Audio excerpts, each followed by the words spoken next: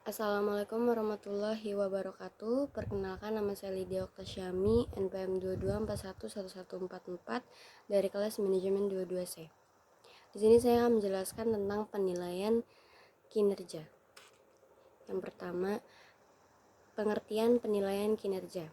Penilaian kinerja atau performance appraisal adalah suatu proses atau kegiatan yang dilakukan oleh perorangan atau kelompok dalam sebuah perusahaan untuk mengevaluasi dan mengomunikasikan bagaimana karyawan melakukan pekerjaan dengan cara membandingkan hasil pekerjaannya dengan seperangkat standar yang telah dibuat dalam suatu periode tertentu yang digunakan sebagai dasar pertimbangan suatu kegiatan.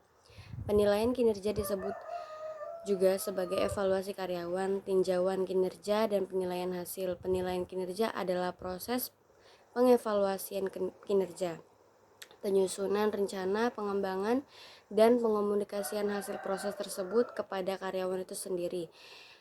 Penilaian kinerja merupakan hasil dari suatu penilaian yang sistematik dan didasarkan pada kelompok indikator kinerja kegiatan yang berupa indikator-indikator input, output, hasil, manfaat, dan dampak. Yang kedua, tujuan dan manfaat penilaian kinerja. Tujuannya, yang pertama, perbaikan prestasi kerja. Yang kedua, penyesuaian kompensasi.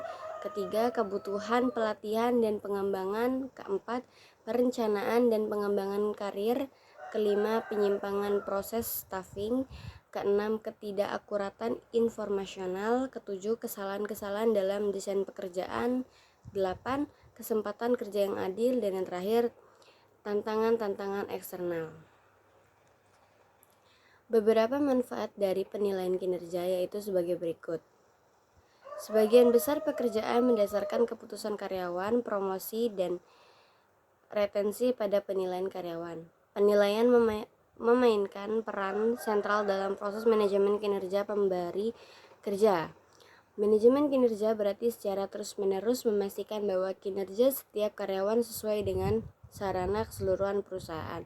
Penilaian memungkinkan manajer dan bawahannya mengembangkan rencana untuk mengoreksi adanya defisiensi dan untuk menguatkan kekuatan bawahan.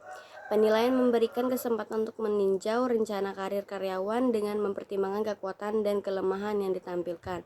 Penilaian memungkinkan dia untuk mengidentifikasi adanya kebutuhan akan pelatihan dan langkah-langkah perbaikan yang dibutuhkan. 3. Kriteria penilaian kinerja. Ada dua macam kriteria yang sering digunakan dalam proses penilaian kinerja karyawan, yaitu yang pertama, hasil kerja individu. Jika hasil kerja adalah aspek kerja yang diutamakan pada jabatan tersebut, maka hasil kerja individu dapat dijadikan kriteria penilaian. Yang kedua, perilaku. Pada banyak jabatan, sulit menentukan keluaran tertentu yang dapat dijadikan kriteria penilaian. Pada jabatan semacam ini, pihak manajemen dapat menggunakan perilaku sebagai kriteria penilaian, sebab perilaku merupakan faktor penentu efektivitas kerja karyawan. Perilaku yang dinilai tidak selalu perilaku yang secara langsung berkaitan dengan produktivitas. Yang penting perilaku tersebut membantu efektivitas kerja organisasi.